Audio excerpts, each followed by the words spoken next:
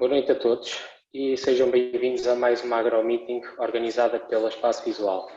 Desta vez está subordinado ao tema Inovação e Empreendedorismo em Atividades Rurais. Conta com a presença do engenheiro José Martino, a quem desde já esclareço que o engenheiro hoje, ao contrário do que tem acontecido, está um bocadinho atrasado, porque teve um contratempo de última hora. Ele tem estado presente connosco todas as quintas, talvez venha, mas é possível que chegue um bocadinho atrasado. Relativamente temos também o engenheiro Joaquim Alonso, mestre em planeamento pela UTAD, doutor em gestão da informação pela Universidade Nova de Lisboa, professor adjunto no IPVC, coordenação e docência de ensino pós-graduado em cartografia digital, SIS e IDE, no IPVC, Universidade de Santiago de Compostela e Universidade Católica, etc., entre um vasto currículo que já apresenta. E a quem quero desde já agradecer pela presença nesta AgroMeeting. Relativamente ao funcionamento do evento, o engenheiro Joaquim Alonso fará uma apresentação, não deverá ultrapassar muito mais que os 40 minutos. Os participantes, entretanto, podem ir colocando questões por escrito no chat, ou seja, no bate-papo. As questões terão sempre que ser colocadas depois de entrarem no link de inscrição, ou seja, no Facebook não dá, apesar de ele estar a ser transmitido. O evento está a ser transmitido no Facebook e nas restantes plataformas também em que a Espaço Visual está presente. Para os novos participantes neste evento, faço uma breve apresentação da Espaço Visual. A empresa está há 27 anos no mercado e desde então tem crescido nos seus diversos departamentos, que são constituídos por consultores especializados para cada atividade que desenvolvemos. Somos neste momento constituídos genericamente por 3 departamentos.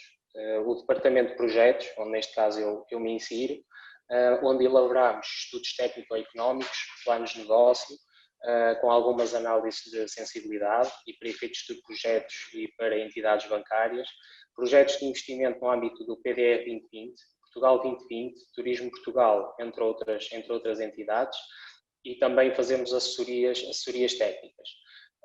Aproveito também para dizer desde já que estão alguns projetos a decorrer que se podem adequar à vossa ideia empreendedora, até bem mesmo em consonância com o tema que vamos abordar hoje. O Departamento de Formação Profissional, onde há uma grande evolução nos últimos anos relativamente a esta temática, e por isso é o departamento também mais recente nesta empresa, exatamente por se ter verificado a importância da formação para o bem executar dos negócios ao longo do tempo.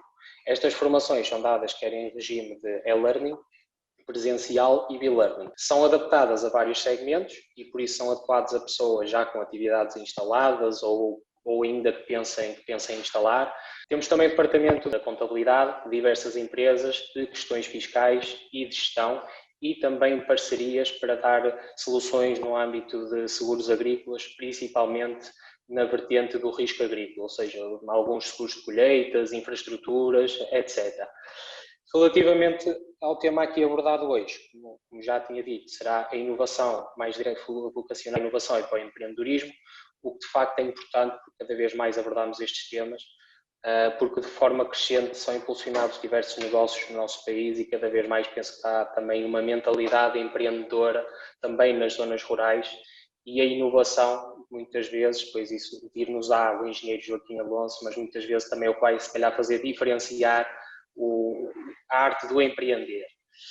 Sem me alongar muito mais, passo então agora a palavra ao engenheiro Joaquim Alonso e muito obrigado mais uma vez pela sua presença. Bem, eu obviamente começo por agradecer o honroso convite que a Espaço Visual fez para apresentar este tema, obviamente com imenso gosto que o faço e no fundo no sentido também de dar continuidade a uma colaboração que eu penso que é profícua entre o Instituto Politécnico de Viana, nomeadamente a Escola Superior Agrária e a própria Espaço Visual. Enfim, já colegas meus já tiveram a oportunidade de apresentar outros temas, seguramente também importantes no âmbito daquilo que são os territórios, as atividades rurais, a agricultura, a agroindústria e, portanto, no fundo nesse alinhamento. O desafio foi falar-vos um pouco de inovação. E inovação no sentido de fazermos melhor, ou seja, fazermos de novo e fazermos algo com valor acrescentado relativamente à situação que existe. E estes temas são temas seguramente atuais, oportunos, têm vindo a ser tratados no âmbito da nossa casa, da Escola Superior Agrária, em diversos pontos, muito em particular, todos os mestrados têm uma unidade curricular, da qual, enfim, tenho sido eu a acompanhar, que tratam estas temáticas de inovação. E, no fundo, a questão aqui é partilhar convosco alguns dos pensamentos que temos tido, alguns dos trabalhos também que estamos envolvidos, e um pouco a nossa opinião sobre a importância, a necessidade, o tipo e um pouco também as expectativas daquilo que é o avanço das necessidades de inovação para as atividades rurais.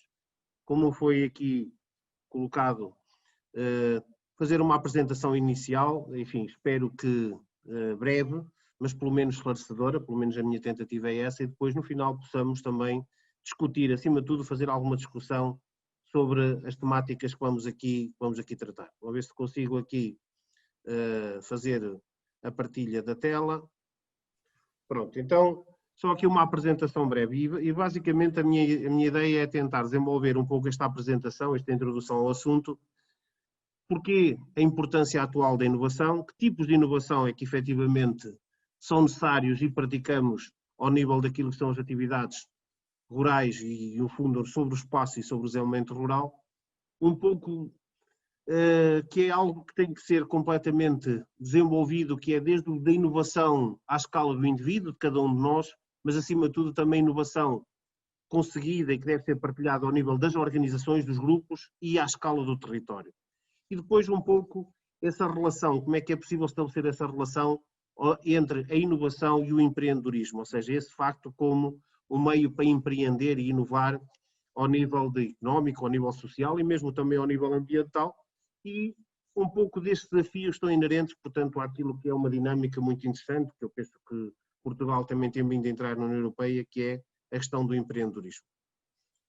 E não é nada complexo de perceber que atualmente o mundo rural e as atividades rurais debatem-se com um conjunto de problemas e desafios consideráveis, desafios esses que têm a ver com, enfim, com a evolução do próprio planeta e com as alterações climáticas, com outras dinâmicas, por exemplo, a tendência crescente da urbanização, ou seja, temos uma população crescente, muito crescente, em que rapidamente passou, nas últimas décadas, de 2, 3, 4, 5 mil milhões para 7 e num número tendencialmente, exponencialmente crescente, em que se espera que rapidamente, em 2050, possamos ter um número muito próximo dos 10 mil milhões. Ou seja, e há aqui um desafio enorme que é acomodar esta gente toda, alimentar esta gente toda num planeta que é escasso, que é finito, e em que, obviamente, a produção alimentar tem um papel crítico. Provavelmente essa urbanização correspondeu a um envelhecimento da população rural. Não é só um dado em Portugal, ou seja, talvez em Portugal seja mais marcante do que noutros territórios à escala global, mas é um aspecto crítico do envelhecimento da população. E esta mudança tão rápida das últimas décadas, provavelmente desde a Segunda Guerra Mundial até hoje, levou a mudanças estruturais do mundo rural, nomeadamente a perdas de saberes, a perdas de recursos naturais, nomeadamente do ponto de vista da biodiversidade, e a uma tendência que é crescente para responder a um mercado que é a intensificação produtiva, ou seja, somos obrigados a produzir mais, provavelmente para um público cada vez mais exigente, para um consumidor cada vez mais exigente, quer um produto de muita qualidade a um baixo preço, e tudo isto é de facto uma exigência extrema para a necessidade de garantir viabilidade, competitividade do espaço e das atividades rurais. Assumindo também que também estamos metidos cada vez mais no mercado global, ou seja, num processo de globalização, e isto desafia muito daquilo que é verdadeiramente a capacidade de manter, de viabilizar e de continuar um espaço rural. Ou seja, há muitos números que podíamos estar aqui a detalhar, talvez não seja necessário, mas provavelmente vamos ter muita dificuldade de continuar a manter os aumentos inacreditáveis de produtividade, ou seja, por área, daquilo que tem sido nas últimas décadas. Esse é algo que implica mudanças estruturais ao nível dos sistemas produtivos, ao nível dos próprios sistemas produtivos, implica reinventar a forma como produzimos, o que produzimos, e enfim, dava aqui já alguns exemplos, seguramente, de inovações, porque também se trata disso, de inovações que somos obrigados a ter, nomeadamente da aquacultura, da produção de insetos para a alimentação, da multiplicação celular de produtos cárneos, ou seja, além daquilo que é o métodos ou os sistemas produtivos animais mais tradicionais, e somos obrigados, seguramente, a ter que, se calhar, recuperar a curto prazo alguns espaços já semidesérticos ou semiáridos que eventualmente tinham perdido a capacidade produtiva. Ou seja, provavelmente teremos que aumentar a capacidade de produção de alimento junto das cidades. Seguramente todos já ouviram falar da agricultura urbana, e é um tema marcante, é um tema em que nós cada vez faz menos sentido, provavelmente até do ponto de vista de sustentabilidade, do ponto de vista de balanços de massa e energia, termos que transportar alimentos. Vou dar um exemplo, podia ser outro, enfim, da Argentina, cereais da Argentina para a área metropolitana do Porto, quando temos em torno da área metropolitana do Porto áreas extensíssimas de volutas sem estar em produção. Ou seja, a agricultura urbana, a agricultura periurbana é claramente uma tendência, enfim. Temos territórios como em Nova Iorque, por cada 20 andares é obrigatório ter um dos pisos dedicados à atividade produtiva e ao lazer. Ou seja, esta questão da agricultura urbana, aproveitando fachadas, aproveitando topos dos edifícios, aproveitando espaços sobrantes, dando-lhe essa dimensão produtiva, dando-lhe essa dimensão de lazer, até terapêutica, se for o caso, é obrigatoriamente também uma tendência. Ou seja, somos obrigados a responder àquilo que é a necessidade de produzir mais, produzir melhor e produzir também algo que seja muito local, com baixos níveis de resíduos, ou de preferência com resíduo zero. Ou seja, há aqui algo que muda, uma exigência do ponto de vista da quantidade e da qualidade a que o setor, aquilo que as áreas rurais, mais que não seja o sistema produtivo. Eu queria marcar, e penso que já todos estão suficientemente atentos, se alguém ainda tinha dúvidas, acho que esta história do Covid nos veio mostrar que a questão da soberania alimentar, da segurança e da soberania alimentar dos países e das regiões está outra vez em cima da mesa. E nos últimos dias assistimos à apresentação da Agenda para a Agricultura e esse aspecto está ali bem marcado. Eu estive envolvido muito recentemente na elaboração de planos intermunicipais de adaptação às alterações climáticas e obrigatoriamente tivemos que introduzir, como outras regiões europeias, Amsterdão ou Londres, o estão a fazer, que é como é que vamos alimentar a nossa gente num curto, médio prazo. Ou seja, isto era um assunto que se debatia nos anos 20, nos anos 30, durante muito tempo achámos que isto era um problema resolvido, meus caros. Se calhar basta uma greve de uns camionistas e um problema sanitário à escala global para percebermos que podemos ficar com problemas gravíssimos, ou seja, sem alimento. E como todos, desculpem-me a piada, é muito fácil, ou é relativamente fácil estar sem telemóvel, é relativamente fácil estar sem internet, mas estar sem alimento é uma coisa um pouco mais complicada. Portanto, no dia que experimentarmos, tivermos essa experiência, vão ver que me dão seguramente razão. E, portanto, há aqui, efetivamente, um desafio que passa por produzir mais, passa por produzir melhor, passa por produzir de uma forma mais equilibrada e resiliente, estável, porque não podemos alternar picos de extrema produção com problemas extremos climáticos e problemas sanitários que resultam daí, que resultam em perda alimentar fortíssima, como foi este ano, por exemplo, com pragas à escala global, nomeadamente em África e em Ásia, de gafanhotos que dizimaram e deixaram países e regiões inteiras praticamente sem alimento.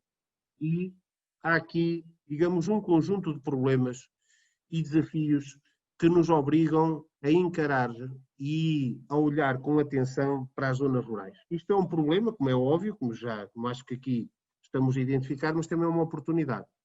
É uma oportunidade, e desculpem aqui, digamos, esta forma feita relativamente cada vez mais visual de olhar, mas vai nos obrigar a sermos capazes de reinventar todo o espaço, primeiro o sistema produtivo no seu todo. depois o sistema rural ou os espaços rurais como uma parte desse espaço de natureza global. E há aqui uma palavra-chave e que deve estar presente cada vez mais em todos os técnicos e, digamos, também nos decisores e, digamos, na dimensão técnica da agricultura do espaço rural, se chama eficiência. Vamos ter que ser obrigados a fazer muito mais com muito pouco. Ou seja, vamos ter que ser capazes de fazer o milagre da multiplicação dos pães. Ser capazes de ser eficazes e tentar concretizar provavelmente os objetivos iniciais, em simultâneo, em paralelo, provavelmente sermos capazes de produzir esse todo com um nível obrigatoriamente de baixos inputs ou de recursos limitados. Isso chama-se eficiência. Por isso é que a palavra da intensificação inteligente, da sustentabilidade, da produtividade, da estabilidade, onde palavras como a questão da reutilização dos recursos em torno da agricultura circular são terminologias e práticas, são primeiro conceitos e depois também são práticas que obrigatoriamente estão inerentes à inovação dos espaços rurais. Há um trabalho muito interessante que foi publicado há pouquíssimo tempo, que é como é que nós seremos capazes de alimentar a população mundial em 2050. Esse trabalho é extenso, merece ser lido, eu faço aí uma referência ao mesmo, mas basicamente passa por sermos capazes, de uma forma multidimensional, primeiro reduzir as perdas de desperdício alimentar, que são imensas. São imensas durante a produção, durante a colheita, durante o transporte, o armazenamento e depois são imensas os desperdícios alimentares que fazemos na confecção e na própria alimentação, ou seja, deixamos o prato cheio de comida, deixamos provavelmente muito daquilo que não chega a entrar, portanto, na confecção e depois, obviamente, temos que aumentar a produção. Aumentar a produção da produção vegetal, provavelmente vamos ter que nos servir dos oceanos, vamos ter que nos servir dos oceanos para produzir muita proteína, e há aí um espaço enormíssimo de probabilidade. Vamos ter que ser capazes de reduzir consideravelmente as emissões e até como uma forma, portanto, de manter a qualidade da produção, ou seja, a qualidade alimentar, relacionar esta questão da alimentação, da produção com a alimentação e com a saúde, e cada vez mais, e para quem está atento, vão recebendo notícias nesse sentido, há uma área de investigação e inovação crescente na capacidade de produzir em ambientes áridos. Ou seja, a capacidade de recuperar zonas semiáridas, até mesmo desérticas, para a produção novamente. Como? Aumentando os níveis de matéria orgânica do solo, até porque matéria orgânica hoje em dia transportamos-la recorrentemente para a cidade e é necessário voltar a fazer o retorno, não é? Através de todo o alimento que vai, é necessário voltar a colocar a matéria orgânica nas zonas rurais, aumentando a fertilidade e a capacidade biológica dos solos e depois, obrigatoriamente, a capacidade de armazenamento e de utilização racional da água, inclusivamente muitas vezes, como acontece já em países como o Israel, em que temos que, portanto, transformar a água salgada em água doce para conseguir manter, de facto, essas zonas produtivas. O que eu quero vos mostrar com isto tudo é que o sistema não se restringe, os problemas e os desafios não se restringem só à produção. Estas questões de produção e de comércio e de transporte obrigatoriamente também se refletem, portanto, ao nível das comunidades rurais. Não é? Se nós lermos a todos os relatórios da FAO que estão por aí, nós percebemos claramente que, enfim, cada vez mais a parte que se refere aos desafios e aos problemas são crescentes. E para isso vamos ter de ser suficientemente tenazes, efetivos, também talvez inventivos, que é a palavra que me parece que se calhar nesta apresentação eu mais gostaria de colocar, que é como é que nós seremos capazes de inovar o suficiente para mantermos provavelmente, primeiro, estes passos, os valores que lhe estão inerentes, os recursos que estão inerentes, as funções que lhe estão inerentes e por essa via, contribuir obrigatoriamente, portanto, para a sustentabilidade, para a perenidade do planeta e da raça humana. Da espécie humana, desculpem. Há aqui um aspecto que aconteceu nas últimas décadas e que convém ter sempre presente, que se chama digitalização. Essa provavelmente foi a maior inovação, e hoje vamos falar de inovação, a maior inovação durante toda a nossa história. Podemos falar na escrita, podemos falar se calhar na imprensa, podemos falar no microscópio, no telescópio, que nos permitiu ir além daquilo que é a visão humana, ir aos astros ou ir à célula, mas obrigatoriamente, e penso que concordam comigo, o que de mais extraordinário aconteceu foi a digitalização, ou seja, a desmaterialização, passar do átomo ao byte. E essa é uma realidade que implica obrigatoriamente uma acumulação, uma interação entre as pessoas. Consequentemente, uma produção e uma gestão de conhecimento única. Ou seja, muito das inovações e muito da realidade atual tem a ver com este pano de fundo, a digitalização. Provavelmente, o último setor produtivo e económico onde é que a digitalização entrou menos e mais devagar foi na agricultura. Pergunta-se porquê? Todos concordarão comigo que tem a ver primeiro com a natureza da produção e do sistema, ou seja, não é um sistema normalizado. Quando estou a produzir fatos, parafusos, quando estou a vender bilhetes, eu faço de uma forma recorrente e uniforme e, portanto, é fácil de digitalizar e transportar processos a esse nível. Quando produzo alfaces, a situação não é assim tão linear nem tão normalizada. Ou seja, a variação dos fatores é maior e, como é algo orgânico, até o próprio crescimento, enfim, não é tão regular como gostaríamos, muitas vezes, e se calhar ainda bem. Há uma resposta que não é linear e, portanto, e por outro lado associamos a isto também um baixo nível de escolaridade, que tem sido uma realidade a nível global e em particular em Portugal, daquilo que são os agentes que operam no setor e nas áreas rurais. Diria que estamos a acelerar aquilo que é a mudança social e económica, consequentemente também ambiental, da espécie humana, muito por via desta digitalização. Hoje falamos em smart cities, falamos em regiões inteligentes, ou smart regions. Curiosamente, começamos a falar em smart rural areas, ou seja, áreas rurais inteligentes. Começamos seguramente a ter uma capacidade, é quase impensável para nós, hoje em dia, não ter acesso a um conjunto de ferramentas que nos facilitam aparentemente a vida, seja por pagamento, seja por acesso à informação, seja por acesso a produtos, a serviços, que se não se vê por via desta digitalização. Ou seja, a comunicação, a gestão do conhecimento é uma realidade. Indústria 4.0, já se fala na agricultura 4.0, agricultura de precisão, fala-se já na 5.0, provavelmente a 5G vai mudar-nos muito, vai mudar também a agricultura, temos falado muito sobre isso no âmbito das atividades de agricultura de precisão, temos falado. A rede 5G é uma inovação que resulta desta digitalização que vai alterar consideravelmente a forma como nos relacionamos e a forma como nos relacionamos com a forma de produção e a forma de distribuição, consequentemente também de comunicação do setor. Há aqui este pano de fundo à inovação que convém termos sempre muito presente. E é algo que faz parte da sobrevivência e a adaptação. Isto aprendemos por o Darwin. O Darwin mostrou-nos que provavelmente para sobreviver temos que mudar.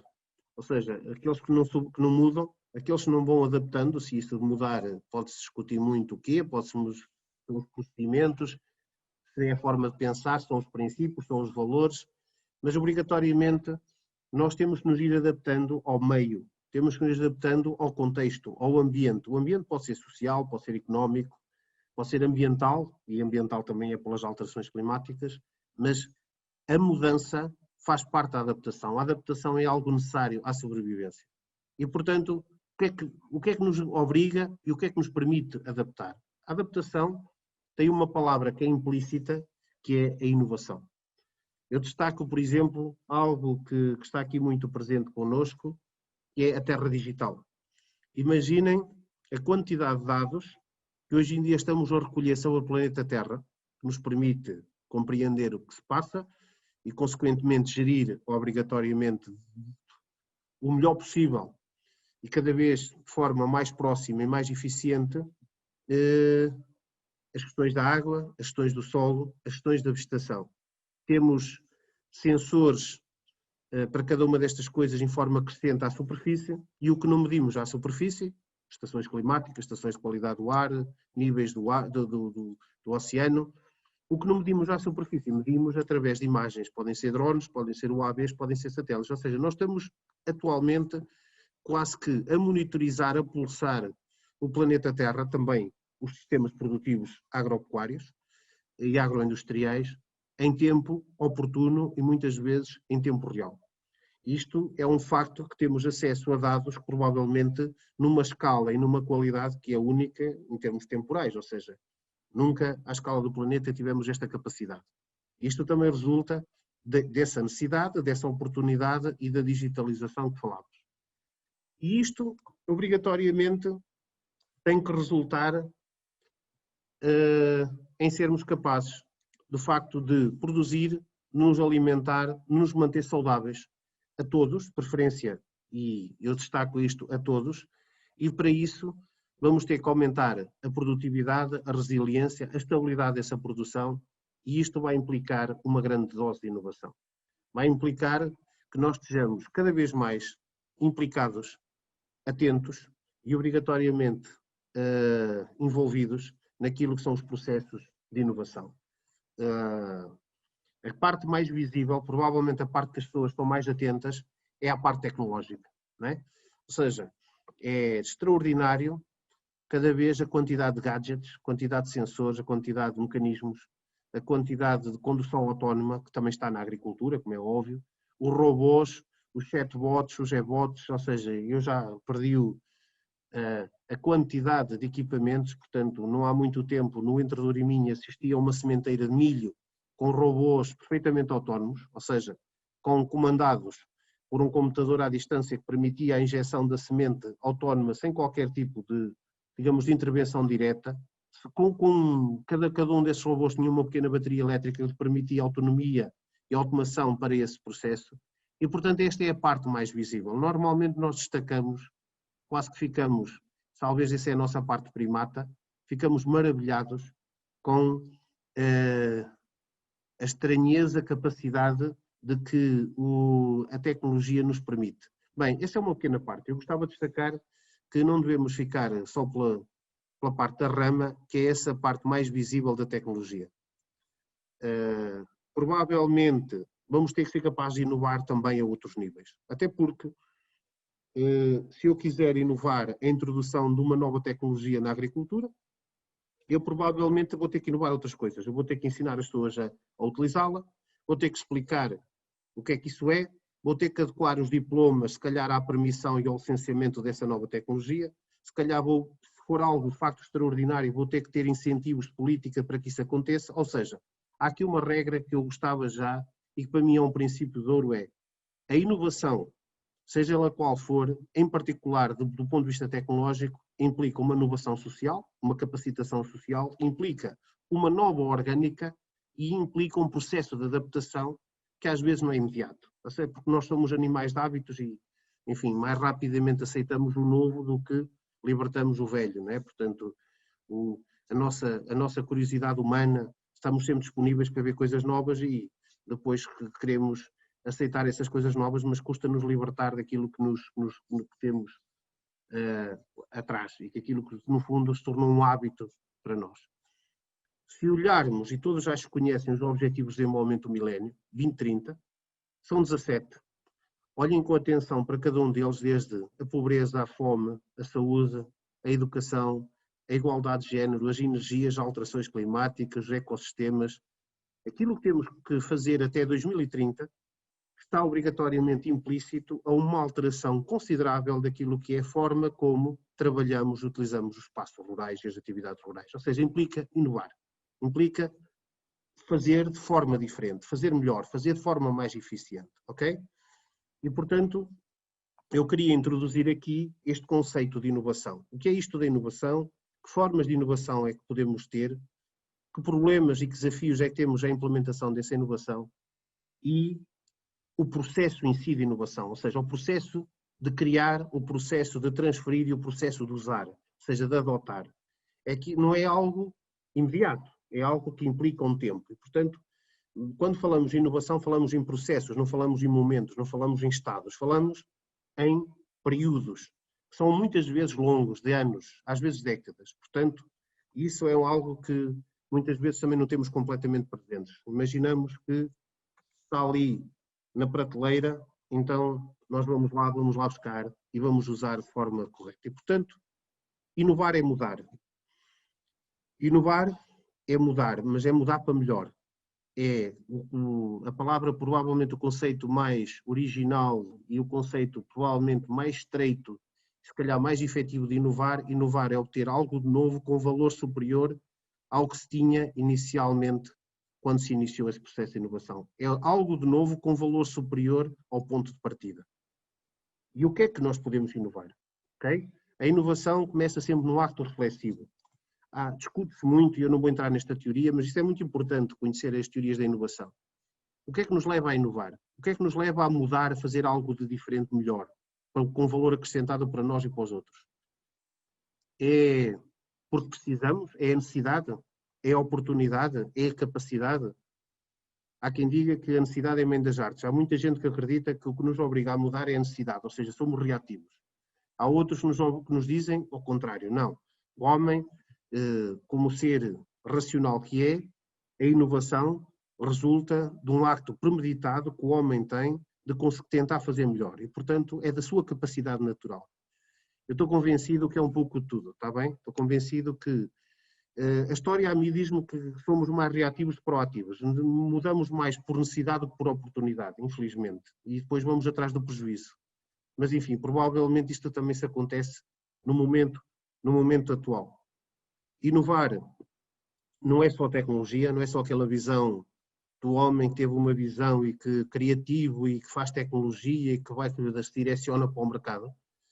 O homem que um dia escolheu uma nova variedade, foi lá selecionar uma nova variedade de amendoeira na minha terra, também teve a inovar. Ou seja, a inovação não é algo que acontece hoje, aconteceu sempre ao longo do tempo, senão ainda estaríamos nas cavernas, e não tem só a ver com inovação tecnológica. Eu costumo dizer, e gostava também de ter isto presente, o que é que tem mais valor? É uma nova molécula, ou uma nova medicação, ou a receita das cavacas da tia Maria lá da minha terra? O que é que tem mais valor? Reparem, há aqui uma base comum. A inovação vem do conhecimento.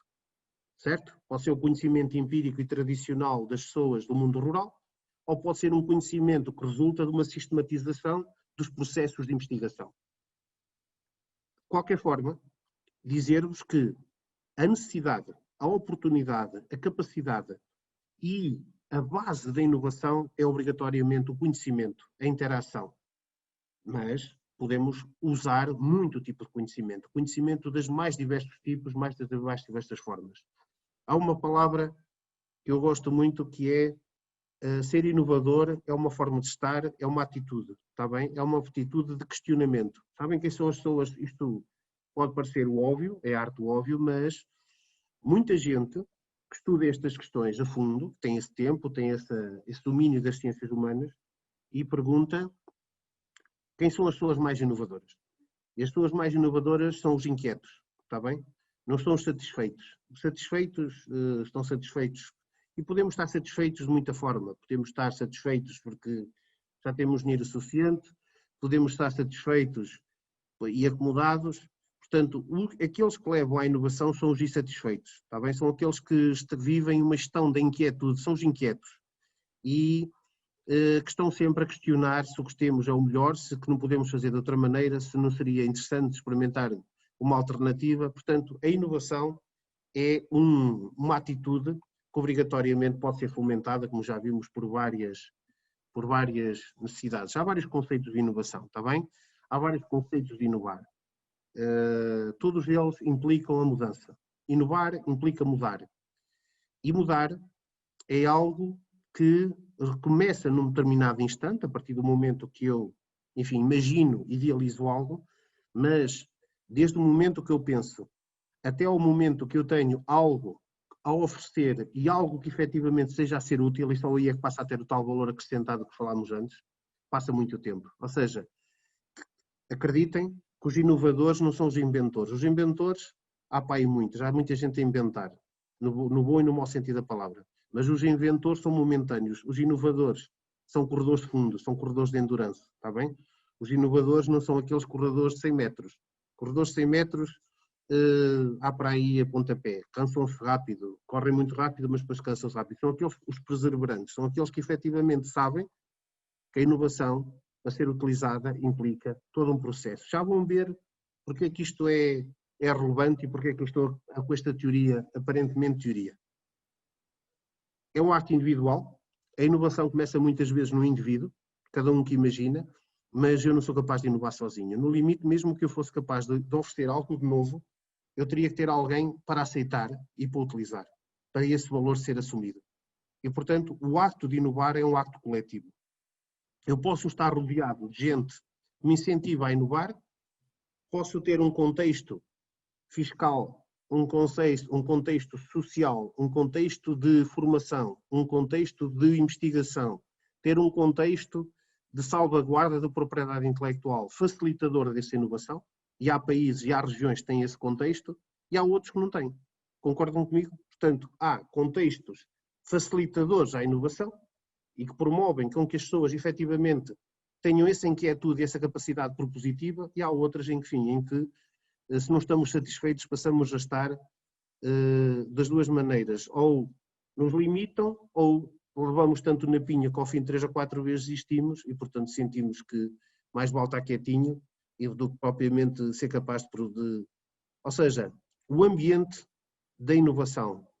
Há uma pessoa que refere que, de facto, esse ambiente é orgânico, é um ambiente altamente propositivo ou facilitador. E por isso, cada vez mais se fala na capacidade de inovação. E na capacidade de inovação, que obrigatoriamente está à escala do indivíduo. É óbvio que a escolaridade influencia a capacidade de inovação. Não é assim tão linear, ok? Eu posso ter alguém extremamente inquieto e com baixo nível de escolaridade, até no limite analfabeto, mas com uma experiência de vida. Há uma coisa que está escrita, é que a capacidade de inovação tem a ver com o nosso estímulo.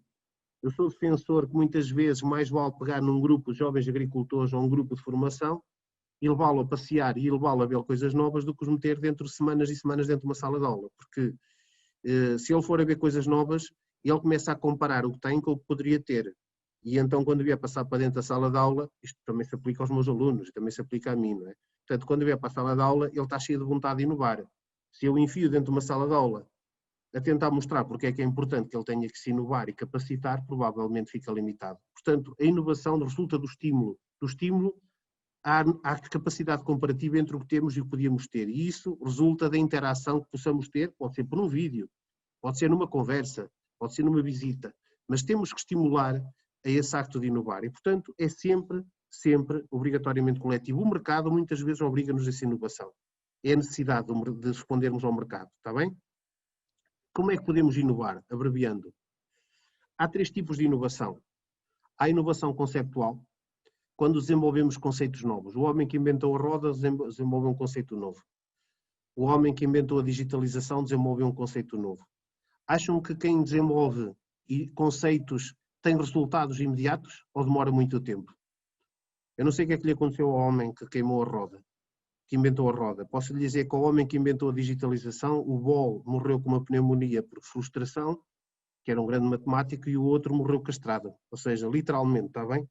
O outro que inventou efetivamente a digitalização na Segunda Guerra Mundial acabou por morrer, enfim, envenenado com uma maçã com cianeto, e por isso é que a Macintosh é o símbolo de uma maçã dentada. A maior parte das pessoas pensa que aquilo tem a ver com Nova Iorque, não tem nada a ver. Tem a ver que a pessoa que inventou a computação morreu, suicidou-se injetando cianeto numa maçã.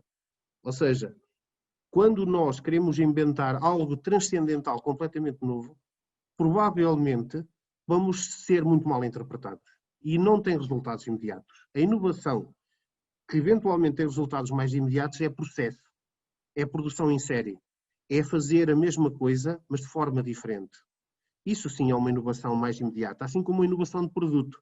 Eu faço um produto novo. Eu até se calhar tenho maçãs, mas agora as maçãs têm outra cor, é outra variedade. Isso é uma inovação de produto. Ou então tenho uma inovação claramente de design. Ou seja, quando as pessoas começam a fartar de beber sumo de laranja, eu meto o mesmo sumo de laranja numa embalagem nova, pinto-a de cor ou então altero o para-choques do carro e eu fico tão contente que tenho que comprar o carro novo ou até parece que o sumo tem um sabor diferente só porque a embalagem se mudou. Inovação de conceito, inovação de processo, inovação de produto e inovação de design. Se forem a ler os livros, vão ver que há muitos mais tipos de inovação. Para mim, resumem-se nestas 4, está bem? Resumem-se nestas 4. Isto é um processo que implica que quando nós temos uma inovação, obrigatoriamente temos que a difundir.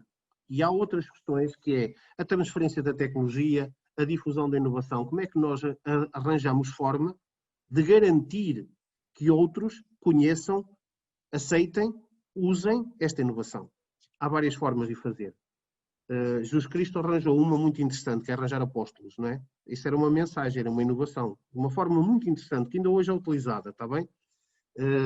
Ainda hoje, esta estratégia de inovação é utilizada, mas há outras, ou seja, passa por canais, passa por redes. Acham que hoje em dia, quando tenho uma inovação, talvez a melhor forma de conhecer e de mostrar pode ser por redes sociais, por redes profissionais, não é? As redes podem ser físicas ou obrigatoriamente digitais, podem ser de diversa natureza. Há uma coisa que é comum a todas as difusões da inovação, que é, seguem uma curva sigmoidal. Se vocês olharem aqui para esta curva, vocês conseguem perceber que no início pouca gente aceita a inovação, depois há aqui um grupo de gente que rapidamente a aceita, depois começa a crescer quando temos menos utilizadores. Esta curva sigmoidal, que foi um senhor agrónomo que estudou quando houve uma inovação do milho híbrido, ou seja, ele estudou como é que as pessoas aceitavam o milho híbrido e depois percebeu que em todos os sítios do mundo se desenhava esta curva. Às vezes podia ser mais inclinada, mais alta. Sabem que esta curva hoje é utilizada para vender carros, para vender todo tipo de situações, todos os tipos de possibilidades, ou seja, a difusão da inovação. Quando a curva começa a crescer, está na altura de metermos um novo produto para voltar a criar uma dependência. E, portanto, a questão da difusão da inovação é um aspecto crítico e, ainda por cima, é tão crítico no nosso mundo rural. No nosso mundo rural, muitas vezes não temos canais efetivos, oleados, para fazer esta difusão da inovação. É uma limitação própria do mundo rural. É não termos canais, cada vez mais esse facto passa a ser diminuído na medida que temos entidades de ensino, temos entidades de interface, temos entidades de formação, temos empresas que fazem obrigatoriamente extensão, temos o Ministério da Agricultura, que já fez mais, mas continua a fazer algum trabalho e, portanto, temos que perceber quais são os canais que efetivamente nos vão ajudar a que essa inovação seja efetiva e seja real. E, portanto, desde a idealização à inovação, à incubação, à adoção, há quem defenda, e eu sou desses que defendo, que a inovação obrigatoriamente termina quando as pessoas estão a tirar partido dessa inovação. Não é quando ofereço, é quando elas já estão a usar. Há pessoas que acham que a inovação é eu criar uma embalagem nova que permite mais conservação do produto durante mais tempo. Eu chego, faço essa embalagem, mando-a para o mercado e termino a inovação. Não. A inovação vai além disso. A inovação vai quando ouvir que há um conjunto significativo de pessoas que já estão a utilizar essa embalagem. Por exemplo, uma inovação extraordinária da humanidade e na agricultura foi a Tetra Pak.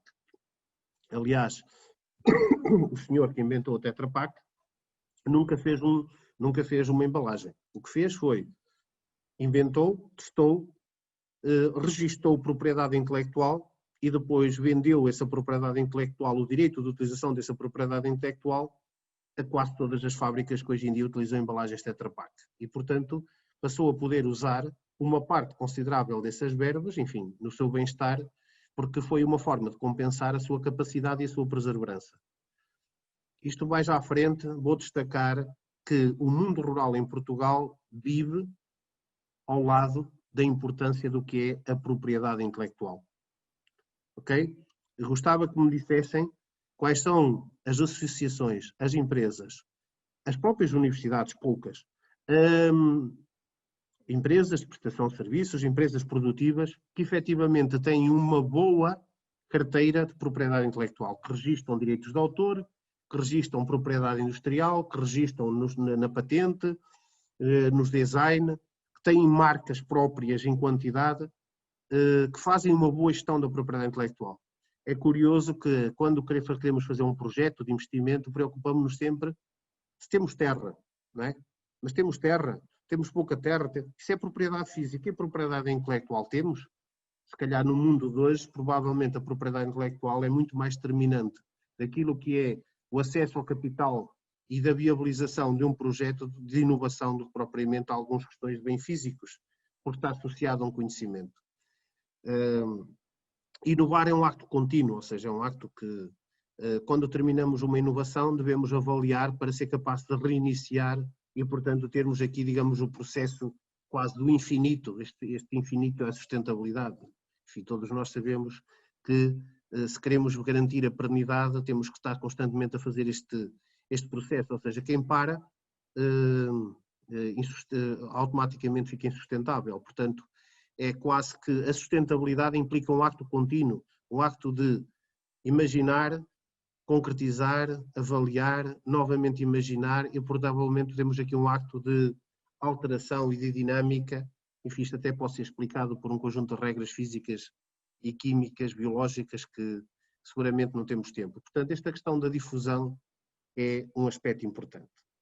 E agora, queria-vos mostrar que a inovação começa a cada um de nós, está bem? Começa no indivíduo.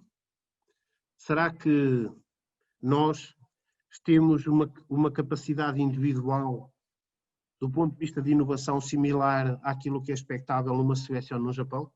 Por que é que isso acontecerá? Ou seja, olhem o grãozinho que ali estão. Podem ser 10 ou milhões ou não sei quantos milhões de portugueses que estão ali. Acham que individualmente cada um de nós? Não, porque várias razões.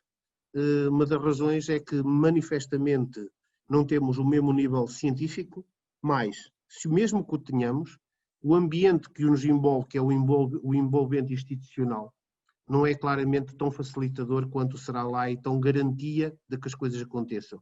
Quando isso acontece e temos sim, bons exemplos, porque temos, e todos conhecem, se calhar agora eu estou aqui a participar com uma instituição que é um bom exemplo, não é? Dessa capacidade de inovar e de capacidade de propor, e infelizmente não são todas. E, portanto, ainda são os champions, ainda são os campeões, chamam-se os campeões, esses que são capazes de estar efetivamente a inovar e a oferecer soluções de forma contínua, e as soluções podem ser organizacionais, podem ser soluções tecnológicas, são os campeões.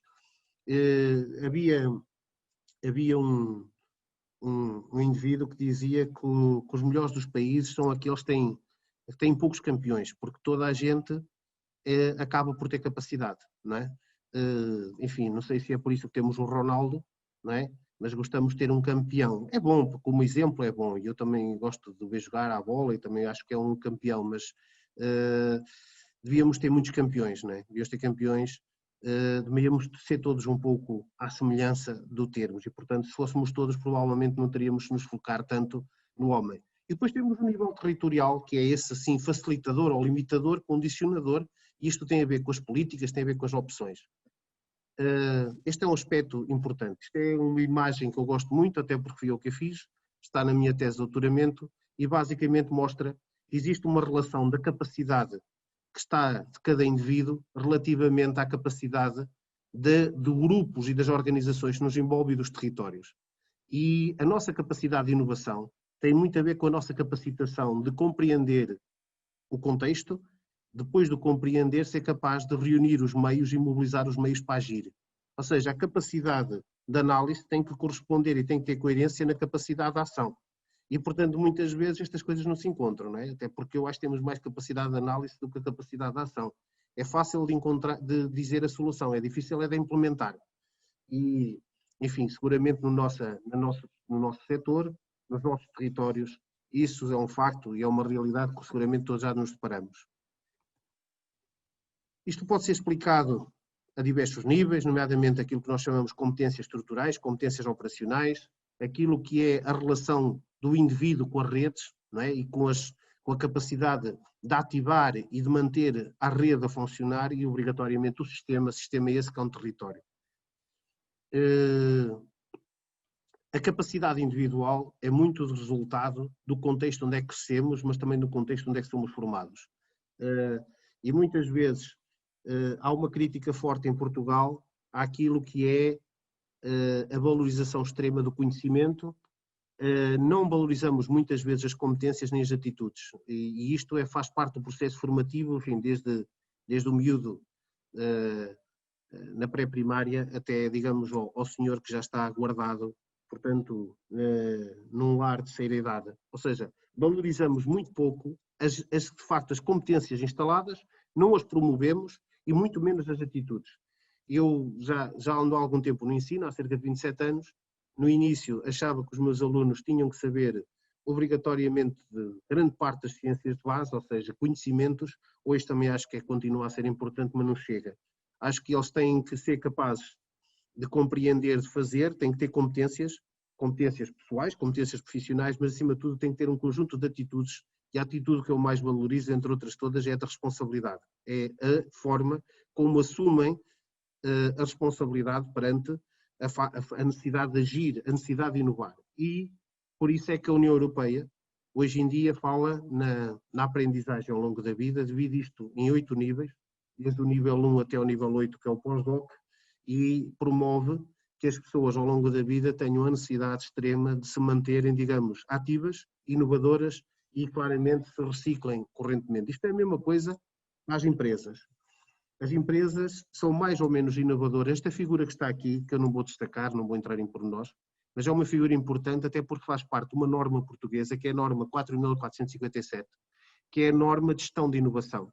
Há muitas empresas, muitos grupos, muitas entidades, empresas também pode ser uma empresa agrícola, produtiva, pode ser uma agroindústria, pode ser uma associação de suporte ao setor, pode ser uma empresa de prestação de serviços, pode ser um departamento de investigação de uma universidade, de um centro de investigação, pode ser um centro colaborativo, pode ser um centro de competências, pode ser um centro operacional, enfim.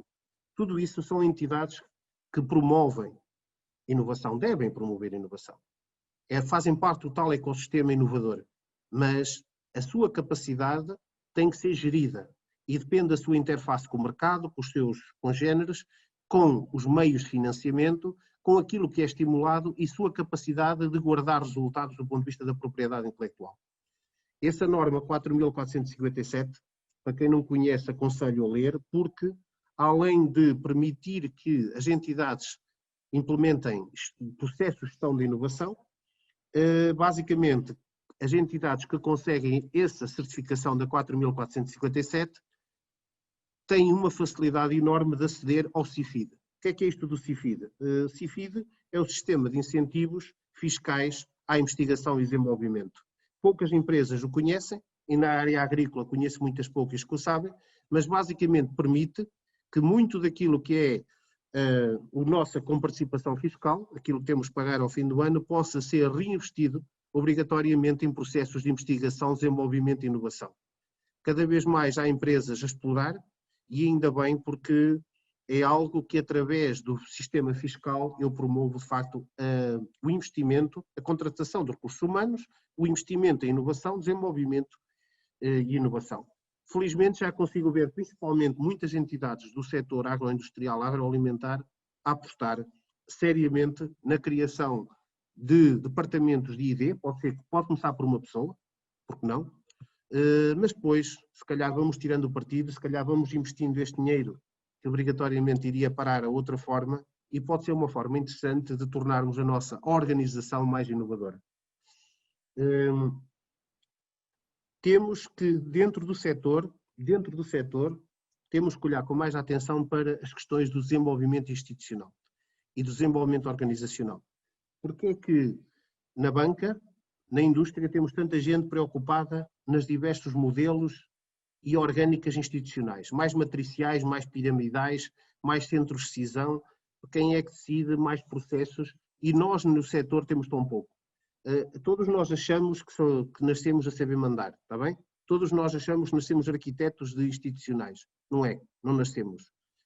Aliás, Eu tenho a preocupação de ler muito sobre o assunto e perceber que o contexto organizacional dimensiona muito aquilo que é a capacidade individual, mas neste momento tenho menos certezas que tinha há 10 anos atrás, está bem? Há uma coisa que eu tenho certa. Os ambientes matriciais de gestão de projeto são aqueles que efetivamente são altamente inovadores. Quando eu crio uma estrutura altamente piramidal, onde eu crio funcionalismo, ou seja, depois podíamos contar aqui imensas piadas sobre o assunto, eu claramente não promovo a responsabilização e a inovação. É óbvio. Qual é o contexto da nossa inovação? Onde é que nós estamos? E agora falando aqui assim um pouco em questões mais práticas. Olhem para aqui e vão ver que aquilo que estamos a fazer e que vamos ter que fazer no setor nos próximos anos, essa tal inovação, se quiserem, social, económica e ambiental, é altamente condicionada por um conjunto de acordos, todos muito recentes. Estamos numa fase de transição, estamos numa fase de mudança, desde os objetivos do milénio, aos acordos climáticos, àquilo que é, seja à escala europeia, seja obrigatoriamente à escala global, obrigatoriamente a quadro de mudança de política agrícola, a promoção da bioeconomia, que é uma realidade, incluindo a bioeconomia do mar, que também tem uma relação direta com a agricultura. Eu aqui há dias ria-me com os alunos meus porque eu dizia que eles tinham que ler a estratégia para o mar. Uns alunos mostraram de engenharia agronómica e dizem, meus caros, de repente entrego 800 páginas num ficheiro e agora quero que me leiam a estratégia para o mar e quero que me tragam isto para a próxima aula. E eles riam-se porque é que a estratégia para o mar tem a ver com a agricultura. Eu não vos vou dar a minha resposta, gostava que a lessem e depois percebem porque é que a estratégia para o mar, que é muito interessante, a estratégia para o mar da União Europeia e Portugal, que é a base da estratégia europeia, vão perceber o que é que tudo tem a ver com a agricultura.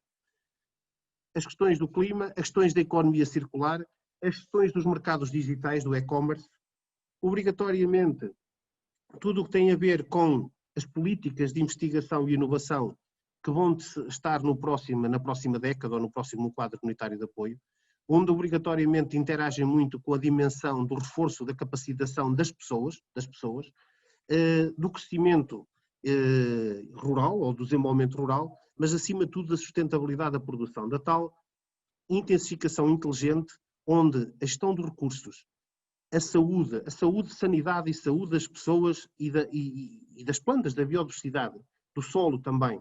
Até agora preocupámos-nos muito com a água, se calhar vamos ter que nos preocupar nos próximos anos mais com o solo, seguramente. Isto tudo num quadro de relação com a nutrição, a saúde, a circularidade e obrigatoriamente toda a estratégia da bioeconomia.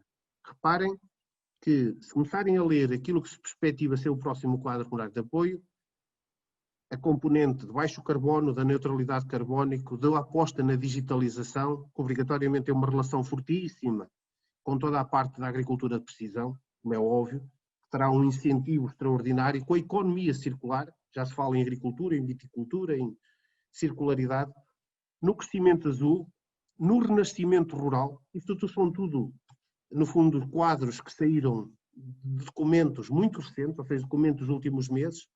Reparem que tem por base um princípio do seguinte: temos de ter alimento, queria referir isto, alimento de qualidade. Reparem que aquilo que foi apresentado na última semana em Portugal foi a agenda para a agricultura, que é em si um ato de inovação. Podemos questionar se tudo o que lá está tem articulação, tem fundamentação, se é coerente, mas é um ato de inovação, política pública, que vai influenciar muito daquilo que é a inovação necessária ao nível das organizações e dos indivíduos, faz uma relação que é intrínseca e que temos que começar a estabelecer. Produção, alimentação, nutrição, saúde. Ok? Esta relação que é tão óbvia e que muitas vezes nos esquecemos, terá que ser obrigatoriamente diria quase um referencial de inovação que tem que estar obrigatoriamente. E por trás disso está a eficiência também é ambiental, e também é produtiva e também é económica. E, portanto, reparem, tudo isto são referenciais que têm a ver com a segurança, têm a ver com a soberania, têm a ver com a segurança alimentar, têm a ver com a competitividade e têm a ver com um quadro maior que é o Acordo Verde Europeu. É uma profunda oportunidade para o setor agrícola. Okay? O Acordo Verde Europeu, pela primeira vez, a tónica desloca-se da indústria e de outros setores económicos, que também têm que estar lá, para a agricultura.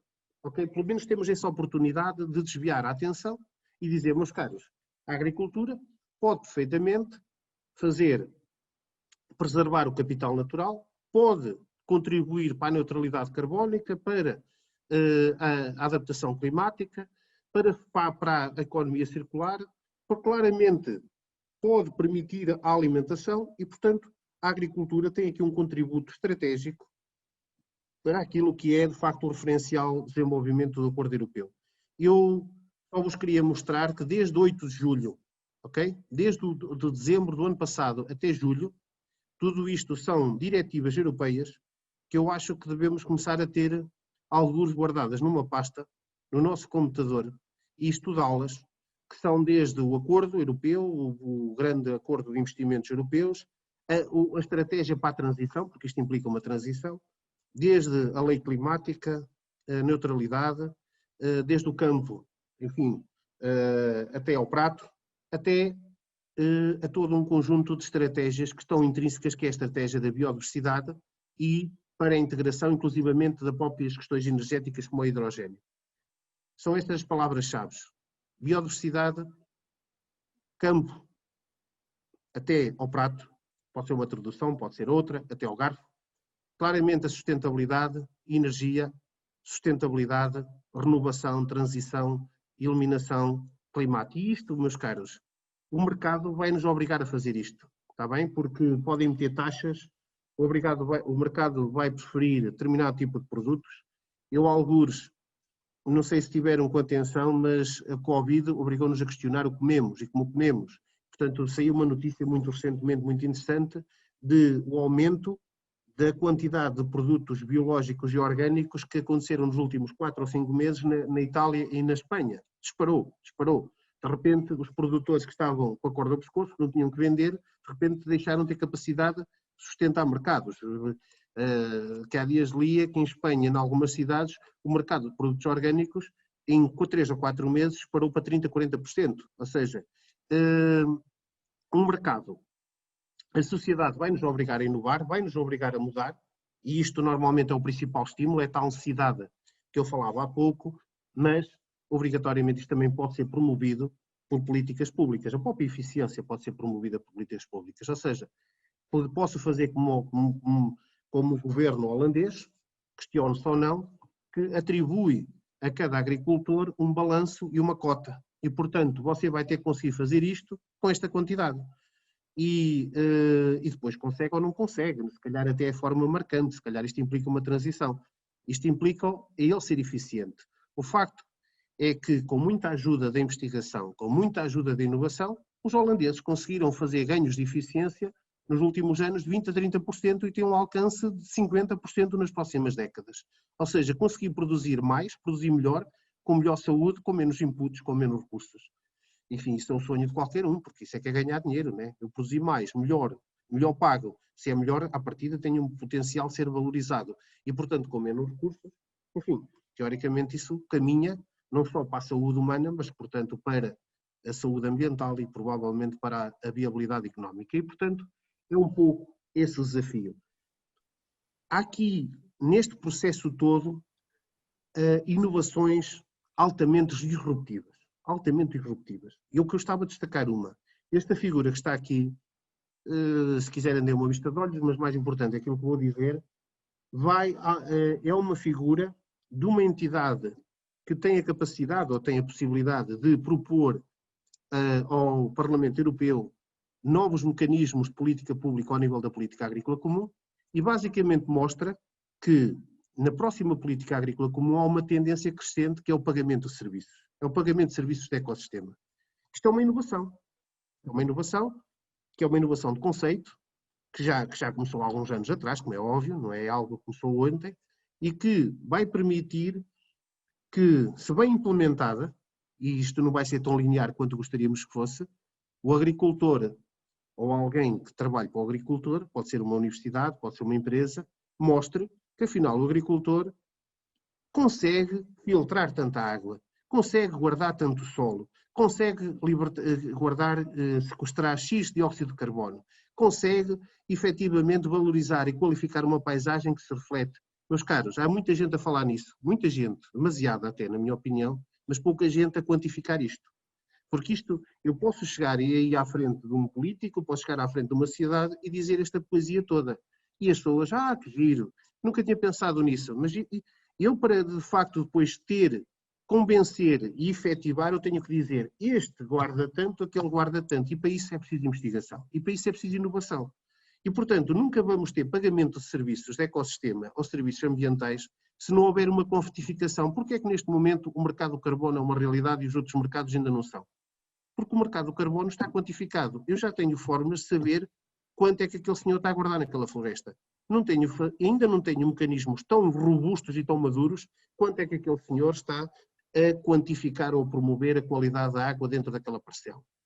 Mas estamos perto, temos muito perto, há muito trabalho feito também em Portugal e também, felizmente, algum deles feito no Norte e na Universidade do Porto e no Instituto Politécnico Viana do Castelo, que mostram efetivamente esses valores. Isso altera um pouco a economia rural, altera a forma como o agricultor pode ser remunerado. Acredito que seja uma tendência, acredito que é algo que tem vindo a crescer e que nos próximos anos vai continuar a acontecer. A tal Engenheiro, se calhar eu ia sugerir aqui uma pausa só para algumas questões, já temos aqui então, bastantes questões. Se me permitir, Mário, deixe-me só aqui terminar este excerto à vontade, com mais 2 minutos e depois fazemos realmente uma pausa. Que já à vontade, ok. Ok, à vontade. Então, a inovação passa a ser uma necessidade. A inovação, e para quem está mais atento a estas questões, das diversas formas possíveis, conceptual, de processo, de produto, de organizacional, de design, ou seja, de forma, é algo que está ao nível da produção, mas depois está também ao nível do desenvolvimento e ao nível das restantes atividades rurais. Grande parte disso é editado obrigatoriamente pela política e pelo mercado. O mercado e a política é que são os principais fatores e fomentadores dessa mudança. Enfim, não basta, temos que pensar muito seriamente os passos que vamos dar. Aquele desgraçado, enfim, o pouco que tinha, lembrou-se de a curiosidade, mais não seja pelo acto de mexer, e portanto o resultado é muito determinante. O que é que vamos inovar, a forma que vamos inovar. Isso pode ajudar-nos a fazer algo muito bom ou algo muito mau. E isso tem que ser focado naquilo que é a produtividade, a prosperidade, ou seja, dinamização económica. Eu penso, e acho que daquilo que acabei de apresentar, que muito daquilo que vai acontecer nos próximos anos é por necessidade, é por pura necessidade, puro egoísmo. Tem muito a ver com a inovação ambiental, ok? Tem a ver com a inovação ambiental. E depois vou dar aqui um conjunto de exemplos, porque é que eventualmente são exemplificativos disto que eu defendo. Eu costumo dizer que sou verde por egoísmo próprio, humanista, não animalista. Isto há outra discussão que agora não traz para aqui, mas tem muito a ver com esta questão de inovação de conceitos. Esta inovação do animalismo é inovação conceptual, depois tem implicações práticas profundas e que os agricultores sentem todos os dias, mas isso tem que ter baseado no bem-estar de cada indivíduo, mas acima de tudo na criação de comunidades rurais, locais, resilientes. Ou seja, como é que nós transportamos esta inovação à escala da exploração para a inovação da sustentabilidade rural e da inovação. E isto obrigatoriamente pode ser promovido ou não, pelo aquilo que são as políticas e pelo aquilo que são os instrumentos de política, está bem? Desde coisas como inovar o cadastro da propriedade, até como é que se financia a agricultura, a taxas, até à própria fiscalidade, e isto para vos dizer aquilo que tinha referido atrás, ou seja, o território pode ser Portugal ou pode ser uma região com alguma autonomia política, pode ou não pode favorecer, portanto, toda a cadeia de inovação que vai ao nível do grupo, da organização e depois do indivíduo. Enfim, estamos noutros países, neste caso Inglaterra, que não é diferente, não é melhor nem pior, falam cada vez mais, de facto, nessa inovação rural local, nessa agricultura regenerativa, nessa agricultura urbana, nessa necessidade de garantir uma produção alimentar próxima, de baixo impacto, de baixo consumo de carbono. E quem tiver curiosidade, nós neste momento até temos um projeto da Fundação Centro de Ecologia, enfim, que é acompanhado, neste caso coordenado, queria dizer, por uma colega nossa que é Andrea Saavedra, que é City Food Shed, as bacias alimentares das cidades. A sério, coloquem na net e vão ver que Lisboa tem uma estratégia alimentar para a bacia alimentar da Grande Lisboa. Ou seja, como é que eu, a partir da região do Ribatejo Oeste, consigo alimentar ou consigo ter um nível de sustentação fortíssimo das necessidades alimentares da Grande Lisboa. E o Porto, e a área metropolitana do Porto já tem, é que Barcelona já tem, Madrid já tem, Amsterdão já tem, Edimburgo já tem, e o Porto. Esperemos contribuir nos próximos tempos para que isso aconteça. Isto é inovação. Não faz sentido eu andar a trazer legumes ou frutas do Chile, com todo o respeito pelos chilenos, pelos meus amigos chilenos, se eu tenho ali ao lado do Porto campos, enfim, perfeitamente volutos, que além de produzir a fruta, podem trazer todo um conjunto de benefícios de mais diversa natureza social e ambiental para esse território. Para terminar esta parte, só dizer-vos que tudo isto vai ser determinado também pela oferta tecnológica. Aquilo que a agricultura vai ter capacidade, o meio rural vai ter capacidade de incorporar do ponto de vista de inovação, não é estanque do resto da sociedade. Eu costumo dizer que se queremos ter áreas rurais inteligentes, smart rural areas, temos que olhar o que é que as cidades inteligentes estão a fazer. É mais fácil ter áreas rurais inteligentes do que cidades inteligentes. Não é fácil ter áreas rurais inteligentes, mas podemos aproveitar o que os erros e as capacidades que os outros já fizeram. Ou seja, acham que as impressoras 3D, que são uma realidade, ou a nanotecnologia, ou o 5G que já falámos, ou o blockchain, vai alterar a agricultura, a inovação na agricultura?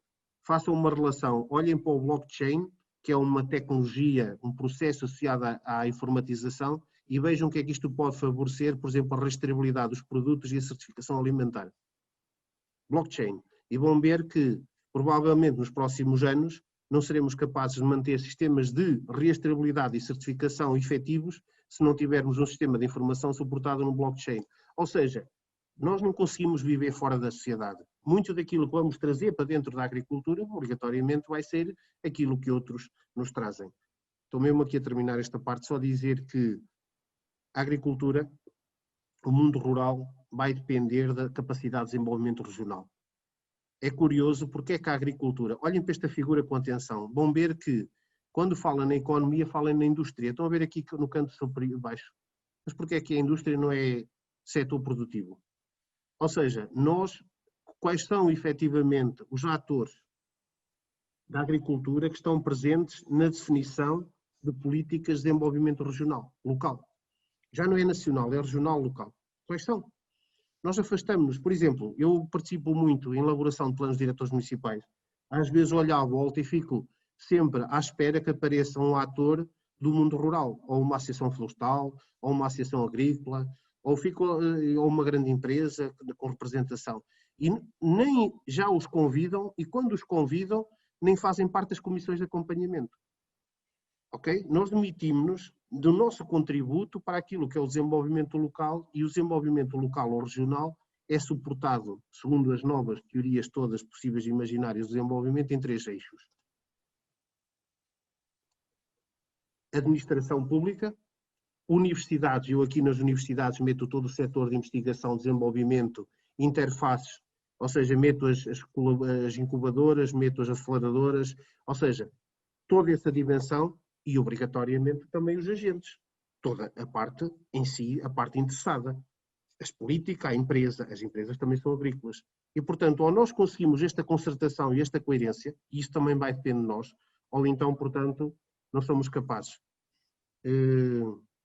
Sabem o que é que nós nos transformamos em Portugal? Transformamos um sistema ineficiente de inovação, um ecossistema de inovação, que não existia, para um sistema tão denso. Hoje em dia há incubadoras por todo lado, hoje em dia há centros operacionais, não sei quantos eu conheço, agora a agenda permite mais 24, são collabs, alguns já existem, outros vão ser formados, ou seja, duplicam-se, alteram-se, não se coordenam, ou seja, nós temos um sistema de inovação efetivo, um ecossistema de inovação em Portugal temos. É funcional ou disfuncional? Eu depois, se quiserem, podemos discutir, para mim é perfeitamente disfuncional. Está bem? Neste momento, com salvas e honrosas exceções, é perfeitamente disfuncional. Temos, por excesso e com uma profunda falta de articulação. Eu também contra mim estou a falar, eu faço parte de uma universidade e faço parte de 2 centros de investigação, um no Instituto Politécnico e outro na Universidade do Porto. Se calhar também contribuo para isso.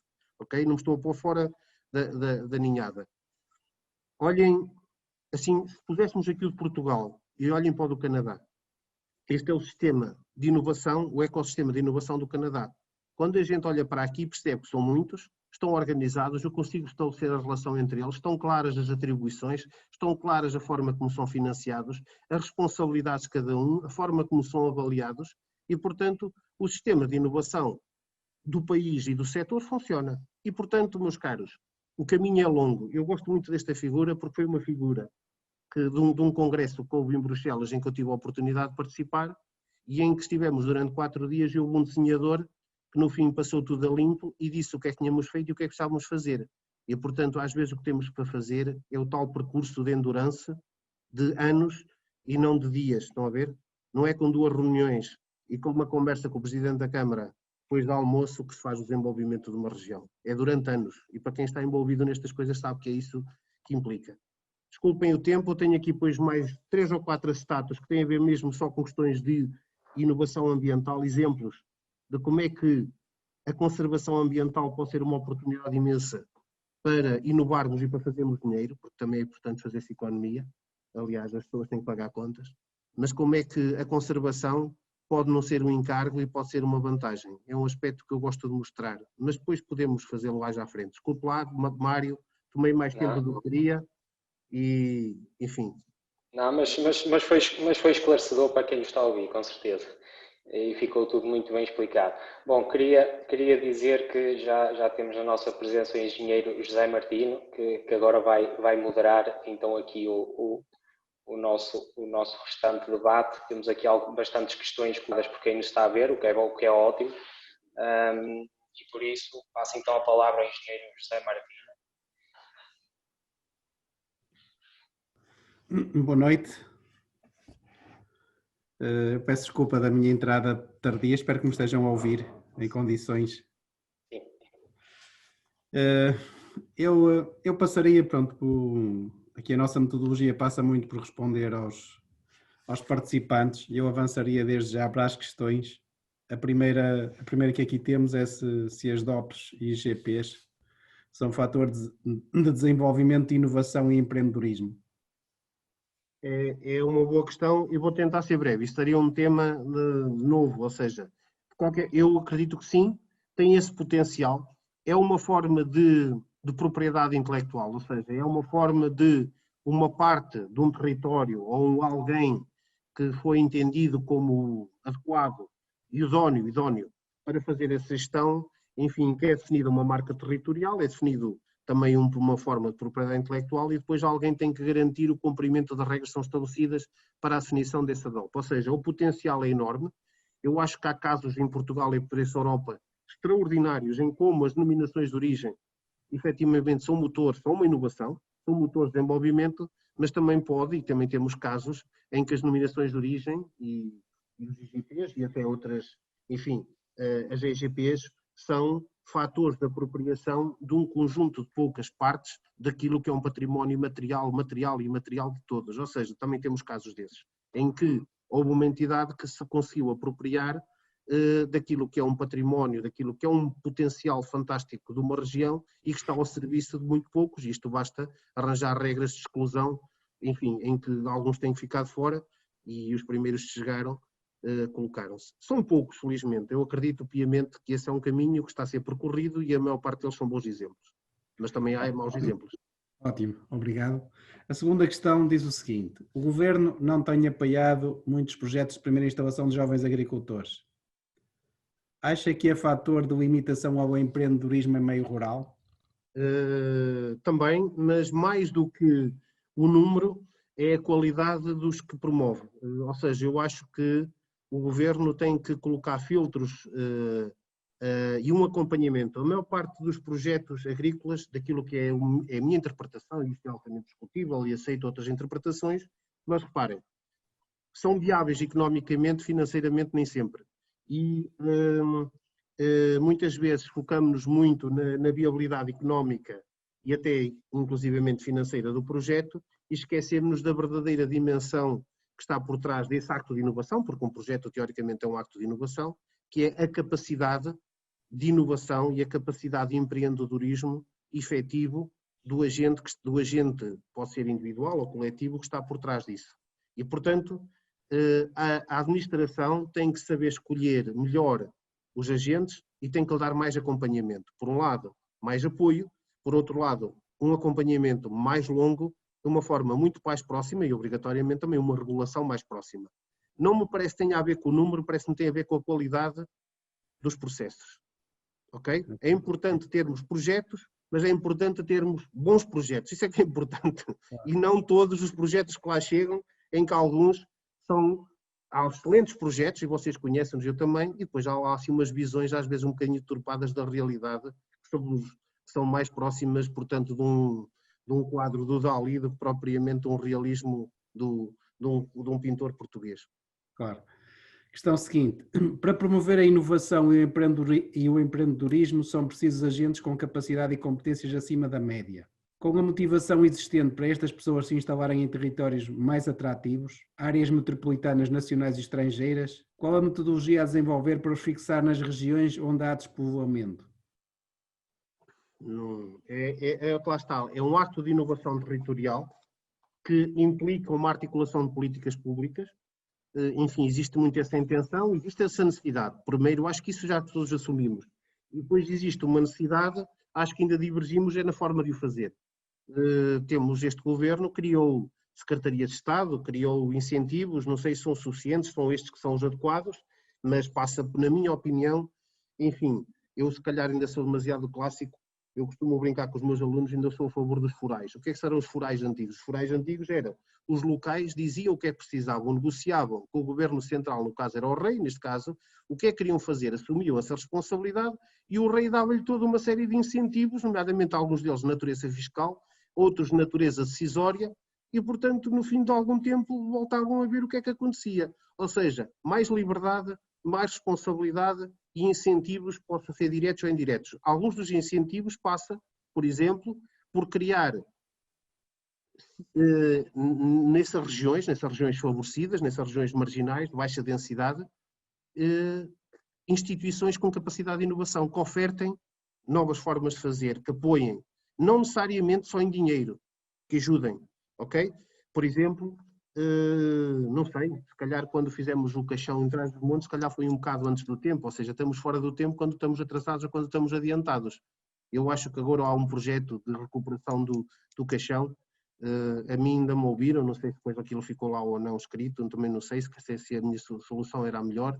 De qualquer forma, há de ter que ser um conjunto de soluções que não têm que ser universais para todas as regiões. Se calhar para a Cova da Beira, a solução não é a mesma, portanto, para o Val da Vilariça ou para o azeite transmontano. Ou seja, as regiões são diferentes, com especificidades diferentes e que claramente temos que lhe dar condições de liberdade, de responsabilidade e meios que são financeiros, fiscais e podem ser de outra natureza, que não necessariamente deste género. Ou seja, oferecer-lhe capacidade de investigação, capacidade de inovação, oferecer-lhe assistência técnica, oferecer-lhe oferta de bons técnicos que os apoiem. Portanto, não tenho propriamente a solução, senão se calhar disponibilizariam para outras situações, mas passará por um conjunto de soluções multidimensionais, não uma única. Ok. A estrutura fundiária de microdimensão não é um fator de estrangulamento inultrapassável à inovação e empreendedorismo no meio rural? Uma boa questão. É uma boa questão. Enfim, qualquer coisa em demasia é mau, ou seja, se temos tanta microestrutura, obrigatoriamente é mau. Mas também às vezes desculpamos-nos muito com a microestrutura fundiária, ou seja, não temos, havia um professor meu, se calhar vocês conhecem, que dizia Em Portugal serão as propriedades que são muito pequenas ou os tratores são muito grandes. Ou seja, o que eu estou a dizer é que sim, acredito que o emparcelamento, primeiro o conhecimento da propriedade não existe em Portugal, nomeadamente a região norte. Esse é um primeiro ponto. O esclarecimento da propriedade. E depois do esclarecimento da propriedade, que segundo o que parece vem agora aí, não é? Portanto, pelo menos os concursos estão a concorrer, haverá obrigatoriamente a promoção de uma estruturação fundiária, nomeadamente um emparcelamento total e funcional, que são questões onde é que, claramente, a estrutura fundiária é uma limitação. Mas também não é desculpa para tudo, está bem? Não é desculpa por tudo, porque por esse mundo fora, e mesmo em Portugal, temos sítios com microestrutura fundiária e que são altamente produtivas e rentáveis. Portanto, lá está. A inovação depois tem que ser a resposta àquilo que é a realidade. Sim, concordo que é um problema, não concordo que é daí que vêm todos os males, está bem? Não me parece que seja daí que vêm todos os males. É bem mais grave não sabermos quem é o dono do quê do que a propriedade pequena. Isso é bem mais grave. Questão seguinte. O que fazer para tornar os restaurantes em valorizadores da inovação e empreendedorismo rurais? Pois, não é um assunto propriamente que tenho maturado, mas diria que essa questão do consumo local e da valorização local deve existir e deve ser uma tendência e deve ser fomentada. Inclusivamente, eu diria, não só nos restaurantes, eu diria o consumo local, seja nas escolas, seja noutros locais, nas cantinas de diversa natureza, porque existem, não é? Portanto, sítios onde é que se consome, digamos, deveríamos arranjar uma forma, por regra, ou acima de tudo por princípio, talvez por princípio, onde os produtos locais fossem altamente valorizados e preferidos. Como é que isso se pode fazer? Pela qualidade, pelo preço, ou então por alguns incentivos, por algum tipo de protocolos, que levem a que efetivamente haja ali um ganhar entre quem produz e quem consome e também quem transforma. E há aí alguns exemplos muito interessantes. Há alguns exemplos em Portugal muito interessantes de que pode-se promover de forma simples o consumo local. Ótimo. Que atividades rurais desenvolver no distrito de Viana do Castelo que sejam alternativas ao vinho alvarinho e ao turismo nos solares de Ponte de Lima? Boa pergunta. Eu diria que não tenho também, digamos, não tenho aqui a resposta ou a solução na algibeira, mas que arriscaria a apontar algumas possíveis situações. Por exemplo, uma delas tem a ver com a produção florestal, claramente tem um potencial, a maior empresa do distrito de Viana do Castelo é a entidade que é ligada à pasta de papel e, portanto, não tem que ser só isso, mas a floresta tem um potencial enorme. Quando digo a floresta, digo o espaço florestal, todas as atividades ligadas à silvicultura, à pastorícia, etc., têm um potencial. As raças autóctones já existem e que têm um potencial. Obviamente a apicultura, e diria assim, culturas mais industriais, toda a frente marítima do distrito e a zona ribeirinha têm um potencial para horticultura e para as plantas ornamentais extraordinário. Enfim, eu não gostava de fazer aqui publicidade, mas não me parece que fosse muito difícil e lembram-se algumas empresas que produzem aromáticas e outro tipo de hortícolas ali nesse lado, não me parece que fosse difícil multiplicar aquilo por 200 ou 300 e parece-me que o distrito de Viana seria diferente. Conheço 3 ou 4 viveiros em Viana do Castelo, um deles, não vou dizer o nome, todos sabem qual é, e portanto se houvesse mais 30 igual àqueles, e as condições são as mesmas, portanto provavelmente o distrito. Porquê? Porque o distrito de Viana do Castelo tem aquilo que Portugal tem, Portugal inteiro, tem uma biodiversidade única, certo? Claro. Tem uma biodiversidade única. A nossa maior riqueza natural em Portugal é um país no mundo que tem o Atlântico, tem o Mediterrâneo e tem a montanha. E, portanto, é um dos sítios do mundo em que, por área, temos maior número de plantas diferentes. Podem ser plantas espontâneas ou podem ser cultivares. O que é que nós temos? Portugal, vou brincar e vou exagerar, não me levem a mal, mas podia ser um viveiro de uma ponta à outra. Está bem? Como é que os holandeses conseguem ser viveiristas e nós não conseguimos? Expliquem-me isto, que depois... Eu, quando andava na universidade, tinha uns professores que eu gostava muito que me diziam que em Portugal só 12% do terreno é que era agrícola, só se podia dedicar à agricultura. E eu, com todo o respeito pelos meus mestres que tenho, acho que me mandaram enganar durante algum tempo. Claro. acho que mandaram enganar há algum tempo, acho eu. Porque a mim parece-me que é possível fazer ornamentais em todos os blocos do interior do Alto Minho, como noutros. É possível fazer pornoides em sítios que que me diziam que não tinham classes de aptidão agrícola. É possível fazer um conjunto de culturas extraordinárias, ou seja, o potencial agrícola do país é fabuloso, fabuloso. Basta olhar. E, acima de tudo, temos o melhor, são os recursos biológicos. Olhem para uma iniciativa europeia, gravem o nome, Biodiversity and Business, biodiversidade e negócio. Também está em Portugal, aliás, o Conselho de Desenvolvimento Sustentável, onde estão as grandes empresas todas da banca, dos seguros, da energia, a Galp, tem uma coisa que se chama Conselho Estratégico, Conselho de Sustentabilidade, etc.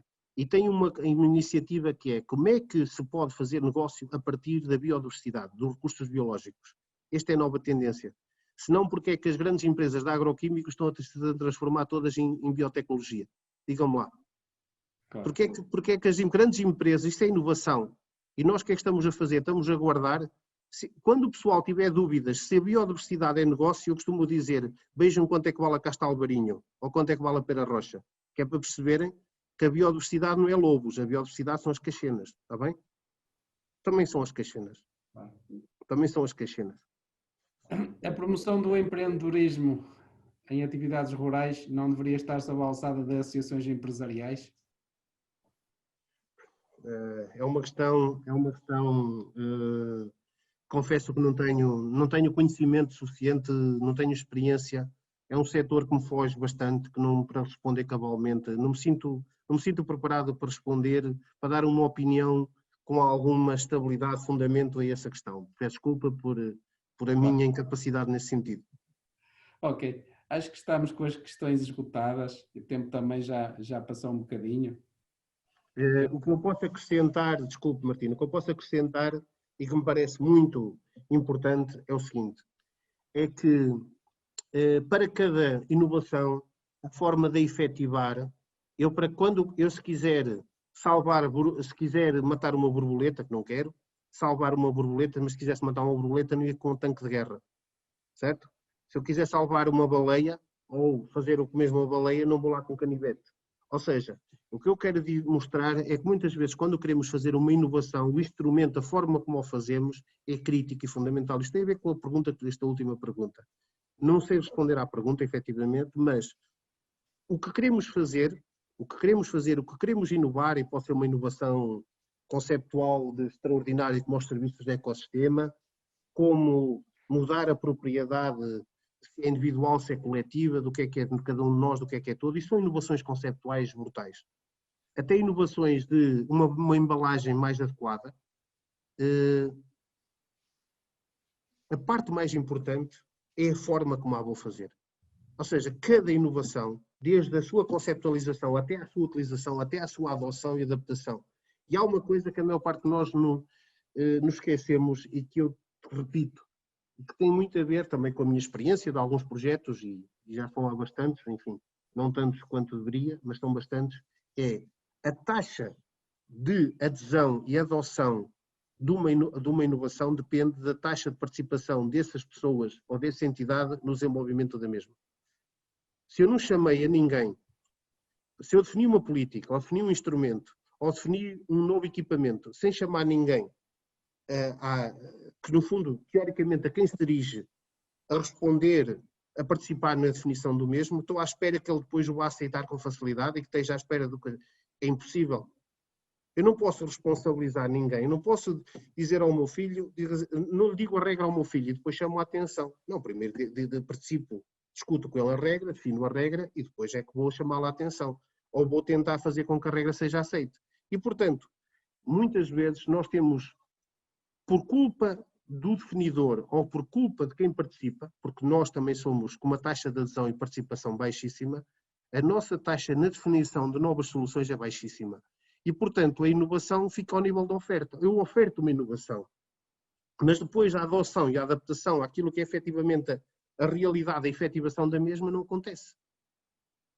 E, portanto, se é por via do privado, empresarial, há um aspecto, e não vos vou tomar muito mais tempo, mas era um aspecto, uma mensagem última que eu tinha para dizer.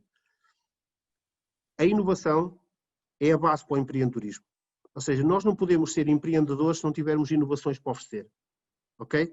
E empreendedores com sucesso são aqueles que ofertam inovações verdadeiramente efetivas, aquelas que trazem valor acrescentado. Uma inovação é quando traz um valor acrescentado. A base do empreendedorismo é a inovação. E há uma coisa que me choca profundamente em cada um de nós, é que achamos sempre que o empreendedorismo é um empreendedorismo económico e empresarial. Eu pergunto se o empreendedorismo social, e Portugal tem uma lei de economia social, a maior parte da economia em Portugal é uma economia social, se eu definir uma associação, definir uma nova associação, definir um novo modelo, uma associação de base empresarial, enfim, eu daria aqui imensos exemplos. Por exemplo, definir uma nova associação que oferta, como há algum tempo aconteceu, a possibilidade de termos turismo rural em Portugal, que aconteceu, felizmente, e foi para mim um excelente exemplo do que aconteceu em Portugal, certo? Isso é empreendedorismo? Existem empreendedores no setor público? Na administração portuguesa existem empreendedores ou não? Para mim existem, está bem? Ser empreendedor é ofertar inovações que trazem valor acrescentado para eles e para os outros. Ser empreendedor não é ser empresário, também é. Acima de tudo é ser empresário. Mas eu posso ser empreendedor e criar uma cooperativa, não são necessariamente... Meus caros, alterem aí esses mecanismos que andam para aí de ofertar empreendedorismo e gastar pipas de massa e vejam que, se calhar, o empreendedorismo social, de base social, e há um instituto em Portugal, um Instituto de Empreendedorismo Social, que eu aconselho a visitarem e a conhecerem, que mostra que nem tudo tem que ser uma empresa. Eu, por exemplo, considero mais um empreendedor social do que propriamente um empreendedor empresarial, mas isso, cada um de nós, enfim, tenta olhar para nós, não sei se será verdade, mas é assim. Ótimo. Agradeço esta intervenção. Eu pedia ao Mário Coelho se fazia um resumo da conferência. Claro. Pronto, desde já agradecemos a sua intervenção, foi de facto esclarecedora. Eu reti aqui uma parte muito importante, que afinal nós aqui na empresa somos um bocadinho irrequietos e afinal não é assim tão mal, até tem uma característica positiva da coisa. Afinal, se calhar tentamos ser um bocadinho inovadores. Para mim, Mário, desculpe interrompê-lo, inovação é inquietude. Inovação é igual a inquietude. Os inquietos é que inovam. Foi isso que eu reti. Foi isso exatamente que eu reti disto tudo. Agora voltando aqui ao resumo. Portanto, falámos um bocadinho sobre a importância da inovação, a inovação tecnológica e organizacional, ou seja, a inovação do indivíduo, organizações no território e também a sua importância, a ligação, portanto, entre o empreendedorismo e a inovação, os problemas do mundo real, portanto, através da evolução do planeta e das alterações climáticas, vimos que o grande desafio, no fundo, acabava por ser alimentar o crescimento da população e centralização, portanto, e a grande centralização que há, principalmente devido ao envelhecimento. Portanto, o consumidor, neste momento, quer um produto de qualidade a preço baixo, ou seja, isso é o grande desafio, porque depois se torna um bocadinho mais difícil para ter rentabilidade, e aí que a inovação também entra um bocadinho. Inovações, aquacultura, produção de insetos para alimentação, entre outras que também abordou. Teremos que então aumentar a capacidade da produção de alimento nas cidades, portanto a importância da agricultura urbana, para não termos tanta necessidade de tanta importação. Soberania e segurança alimentar nos países volta a estar muito em voga, como falou, voltou-se a debater o problema de como se vai alimentar tanta gente. Isso acontece uma coisa, como é o caso agora do Covid, por exemplo, torna-se muito difícil pelos bloqueios que temos vindo a assistir que os há efetivamente. O desafio, portanto, seria produzir mais e melhor. Portanto, isto aqui pode ser visto não como um problema, mas se calhar como uma oportunidade para todos. Temos que reinventar este sistema e temos que fazer dos espaços rurais, portanto, uma parte integrante dessa reinvenção, digamos assim. Uma palavra-chave que tem que estar sempre presente será a eficiência, ou seja, fazer mais com pouco. Temos que reduzir desperdícios, portanto, em toda a cadeia, desde o produtor até ao consumidor final. Caso contrário, tem que se aumentar em muito a produção. A digitalização como a maior inovação na nossa história, e por isso também estamos aqui hoje, não é? Isto também é uma inovação, onde a digitalização entrou de forma mais lenta, acabou por ser um bocadinho na agricultura, por não ser um sistema, digamos, que uniforme, e falámos também sobre a importância, ou seja, também está envolvida em quê? Esta temática, também na questão um bocadinho da baixa escolaridade e se calhar de menos formação, que é algo que se calhar se tem que investir mais no futuro. A comunicação, gestão do conhecimento, agricultura de precisão, indústria 4.0, também muito importantes dentro da agricultura. Adaptar é inovar, portanto temos também que aumentar a resiliência da produtividade, e isso implica inovar, portanto, como eu estava a falar há pouco, em todo o ciclo do processo. Quando falamos em inovação, portanto, não falamos em algo que seja momentâneo, falamos em grandes ciclos, e o objetivo será sempre gerar o mesmo com um valor superior, portanto, o ponto de partida com um valor superior. Portanto, como tinha dito, ser inovador é uma forma de estar. Todos que são inovadores são inquietos e são aqueles que procuram alternativas e que quase que nunca estão satisfeitos, não é? Quase podemos dizer isso. Portanto, experimentar a inovação é experimentar, não apenas teorizar. Portanto, há um conceito que é muito chave, que é muito importante, que é a questão da formação à ação. Portanto, ir ao terreno e não só estar fechado dentro de uma sala a assistir à teoria, não é? É muito importante a parte prática e depois sim assistir à teoria para se compreender melhor aquilo que foi visto, aquilo que os olhos viram. Propriedade intelectual como grande importância, com associação também ao conhecimento. Responsabilidade é muito importante dentro da inovação, e falámos também sobre algumas palavras-chave da biodiversidade, energia, sustentabilidade, etc. Inovação rural, bem-estar do indivíduo, mas também com, ou seja, o não bem-estar, mas também com muita ligação à sustentabilidade. Creio que foi mais ou menos o resumo daqui da história, que acabou por ser muito, muito importante, e agradecer novamente de facto a sua presença, porque todos ficamos com mais algum conhecimento. Eu vou ser um pouco mais inquieto ainda, não vos vou tomar mais do que 1 minuto, e obviamente é uma falta de educação falar depois do Mário, mas o Mário vai-me desculpar, e agradeço-lhe, aliás, o excelente resumo, mas só uma nota particular, e que espero com teor positivo. Fico muito esperançado naquilo que é o aumento das capacidades que efetivamente individuais dos operadores do setor. É isso que me dá esperança. Saber que dos centros de formação, das escolas superiores agrárias, das escolas profissionais agrícolas, das universidades de base agrícola, têm saído centenas, milhares e milhares de empresários agrícolas ou de gente que trabalha no setor, e que estou convencido que, se descermos abaixo dos 55, 60, 65 anos, provavelmente neste momento o setor agrícola é um dos setores com indivíduos mais qualificados do ponto de vista técnico e escolar da economia portuguesa. E, portanto, muito do bem que se está a fazer reside precisamente, na minha opinião, nessa capacidade individual instalada. E acho que isso, a médio e longo prazo, se continuarmos a trazer gente com boa capacidade técnica, com formação escolar e capacidade técnica para o setor, eu estou convencido que vai ser isso que já está a fazer a mudança e que vai fazer a mudança. O resto das organizações, a pressão sobre as políticas públicas vão acontecer naturalmente.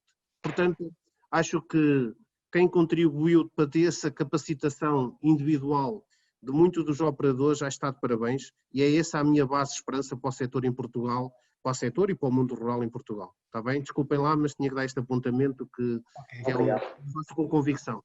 Nós agradecemos estas palavras finais e a conferência do professor Joaquim Mamed Alonso sobre o tema inovação e empreendedorismo em atividades rurais. Em nome da Espaço Visual, quero pedir desculpa aos participantes cujas perguntas não puderam ter resposta por falta de tempo, e indicar-vos, portanto, que no fundo que estes agromeetings têm como objetivo apresentar peritos, especialistas, experiências de quem tem massa crítica. Portanto, foi isto que hoje aconteceu. É isto que acontece às quintas-feiras, das 21 às 22h30, algumas vezes com algum alongamento. Na próxima quinta-feira vamos ter a conferência de um produtor no modo de produção biológico, que é o Nuno Oliveira da Quinta do Verdelho, em Guimarães, que vem falar sobre a produção de hortícolas no modo de produção biológico, portanto, a experiência que tem, quer na produção, quer na comercialização, como é que um projeto micro consegue ter sustentabilidade económica e ambiental. Portanto, no fundo, é um projeto que é um bocadinho ao contrário de todos os cânones, mas que na próxima quinta-feira poderemos ter a apresentação e respostas e debate nesta conferência. Agradeço a participação de todos, mais uma vez o agradecimento ao professor Joaquim Mamed Alonso pela disponibilidade para a conferência, pela abertura às respostas. Portanto, um grande abraço para todos e até à próxima quinta-feira. Obrigado. Obrigado, Manuel.